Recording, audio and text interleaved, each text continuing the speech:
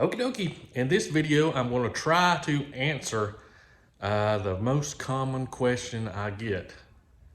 When's the train coming? Or how can I see the train?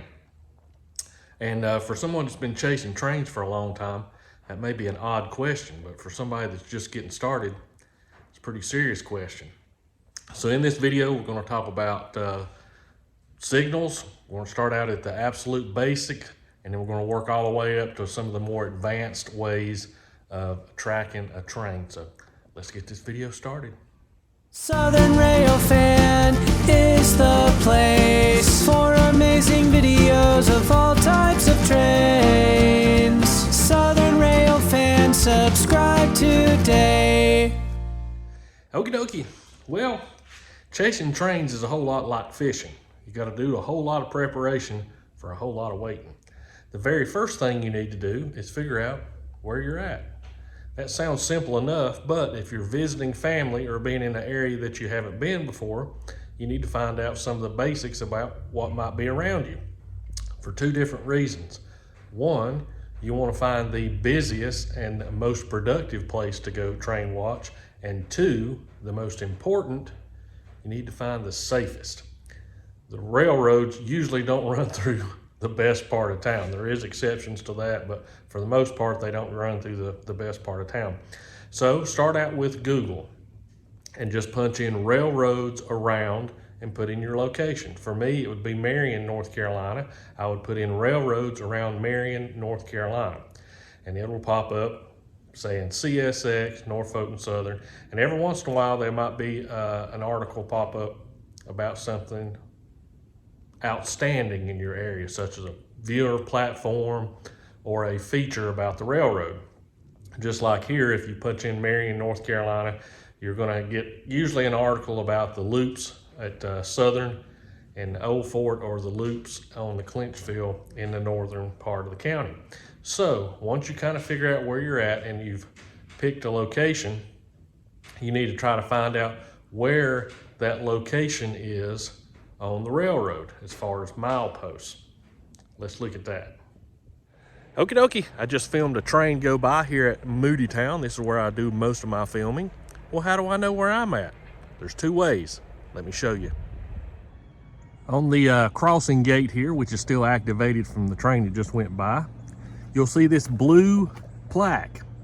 That is to report problems with this crossing. And that bottom number, that 244-230B, is the crossing number, and right below that is the mile marker number. This is Z220.15, and there's one other way. Okie doke, at most crossings there'll be a bungalow or a little metal building like this that holds the electronics that change the power from 120 over to 12 volts. And they'll usually have some batteries in them and that kind of thing for when power is out. On most, they will be marked again with the area that it's at, the crossing number, and there again at the bottom is the Z220.15. Okay, one of the simplest and most reliable resources you have is the trackside signals. I'm sure you've seen these on the side of the railroad. They look like big red lights, but they're on single poles on either side of the railroad. You'll either see them with a red aspect, a green aspect, or sometimes you'll see them with a yellow aspect or nothing at all. Now, like I said, we're not going to get into the technicals of all type of signaling systems, but we're going to break it down to simple things that you can use to figure out where the train is. Now, there's two types of signals. There's signals that stay green all the time unless they're activated, or red all the time unless they're activated. And then there's one signal called the dead signal, and we'll look at it too. So you need to kind of figure out what type of signal that the railroad is using on the stretch of track that you're chasing on. Let's look at some signals.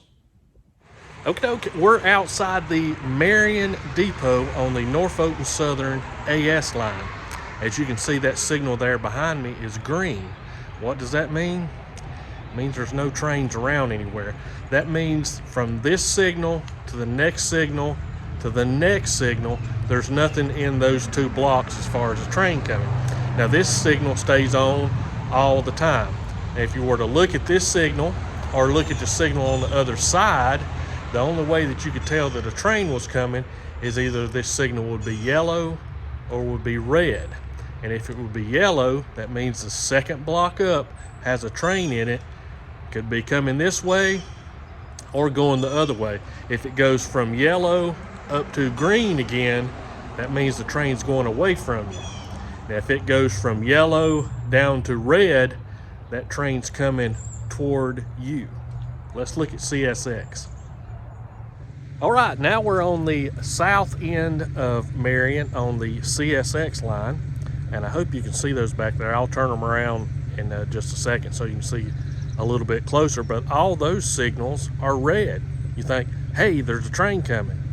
Well, no, not really. These signals on CSX stay red all the time.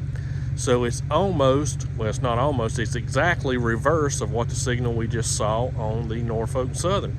If you look at that signal and it's either yellow or green, that means you've got a train coming at the signal, because they stay red all the time unless the train is coming at it, and then they will illuminate that whatever they need to tell the train that's coming.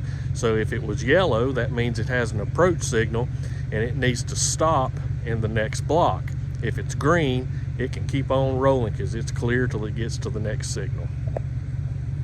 Okie dokie, we moved down a little bit further down the CSX line to the Jacktown signal. If you can see that up there. What do you notice about that? There's no light at all on it. Is it broke?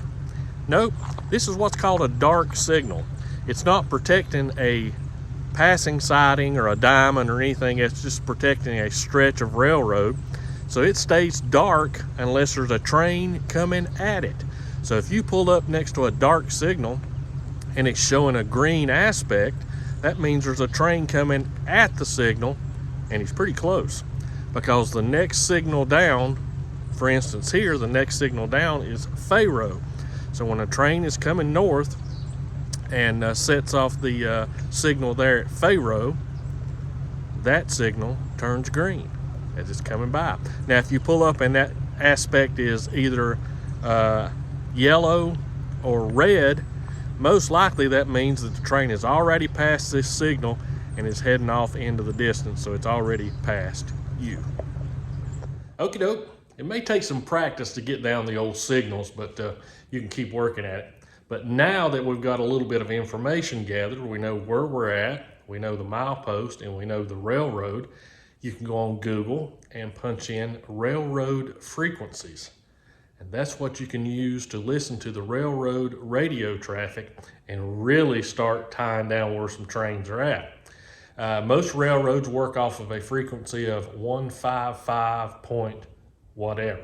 Just like through here, the CSX is 195.100, but they're in that 155 up through 196 point whatever frequency, which almost every scanner that you can get a hold of will accept. And scanners have really came down in price. You can go on Amazon and pick these little Bofang UV5Rs up. Sometimes you can get it for 20 bucks shipped. They come with a charger and a NiCad battery, I guess it's a rechargeable battery, and you can field program them with the buttons here at the bottom.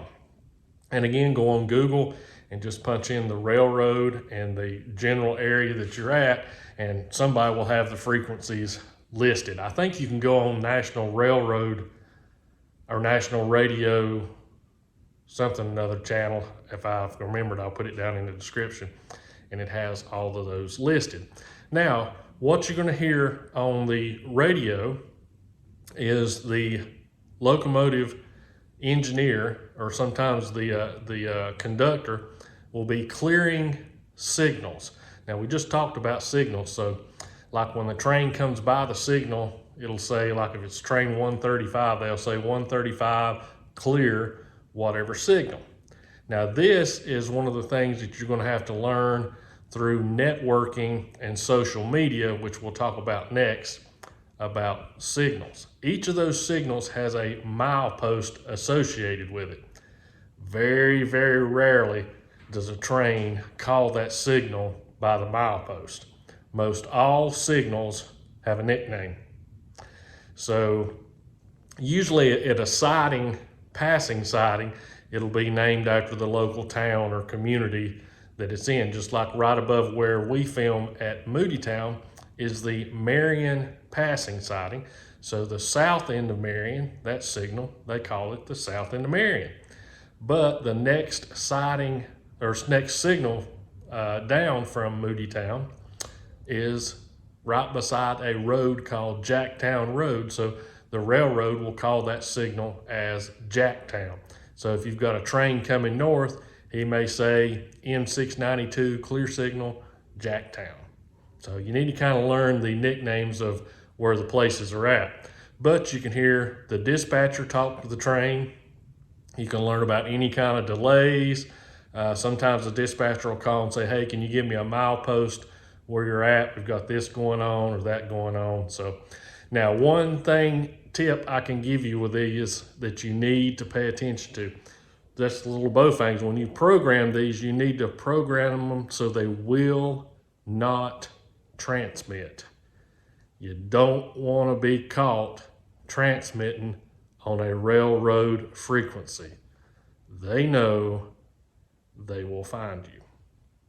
Okay, but that's what you need to get with these.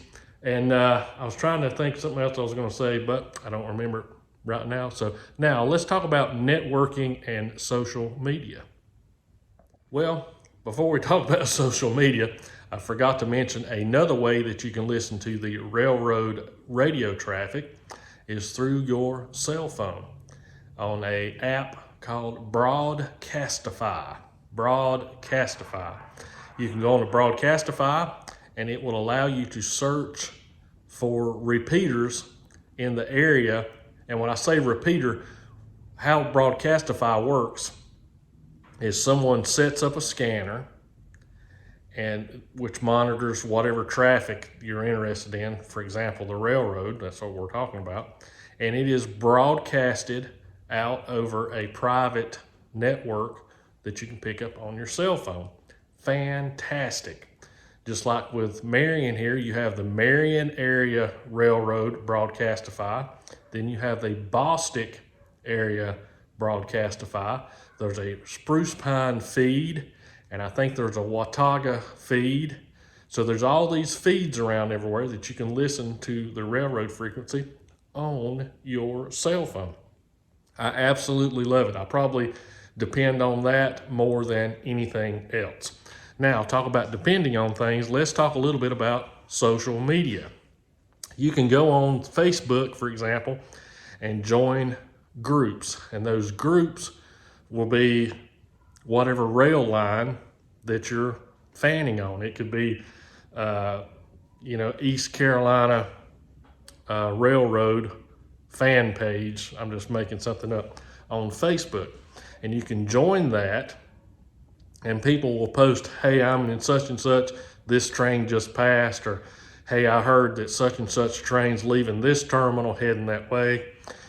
Very, very good way to get information. But you got to know how to get information off the Facebook groups. You don't need to be the, hey, where's the train at guy. Rail fans are a fickle people. So you want to try to participate and give as much information as you take. You don't want to just pop on there one day and say, hey, where's the train at? And just continue to say, hey, where's the train at? You won't be on that page very long. But you can get bunches and bunches and bunches of very valuable information. And these pages is how you learn the signal names, the nicknames, all the little inside information that even a scanner and signals and all that stuff's not going to give you. It's kind of like a history lesson of exactly what you want to listen for. There's all kinds of people on there that are just extremely intelligent about the area that you're in and can answer questions, be respectful, be polite, and it'll give you the information you need and really put you a step ahead of everybody else out there chasing trains. Okie dokie, the last thing we're going to talk about is probably the most advanced way to track trains, and that is with an ATCS monitor. Now that is Automatic Train Control Systems monitor, and this works with railroads that transmit data by radio as far as where their trains are at. Now that requires somebody to have an interface that interprets that radio traffic and then makes that available online. A lot of places that either have a webcam or a museum or something will have this set up for you to take advantage of. And one of the places that that's close to me is the Hub City Railroad Museum in Spartanburg, South Carolina. Has this set up with Norfolk and Southern's radio transmissions, and they have monitors set up in the caboose window and inside the museum, and you can see what trains are coming. Now that monitor looks like this, and you can see all the areas there, and that will change color as trains move from one position to the next or one signal block into the next. So those are fascinating to watch. The only problem with those, a lot of railroads are moving away from radio transmitting of information, and it's all gone digital and satellite and so forth. But for the most part and for the foreseeable future, you can still use those. So if you get a chance to stop by the Hub City Railroad Museum there in Spartanburg, South Carolina, if you're in that area, take advantage of that. If there's any way I can help you, my email will be down in the description. You're welcome to email me any kind of question, and I'll help you all I can. I hope this video has been helpful. Get out there, have some fun, start the hobby, be safe, and catch some trains. See you next time.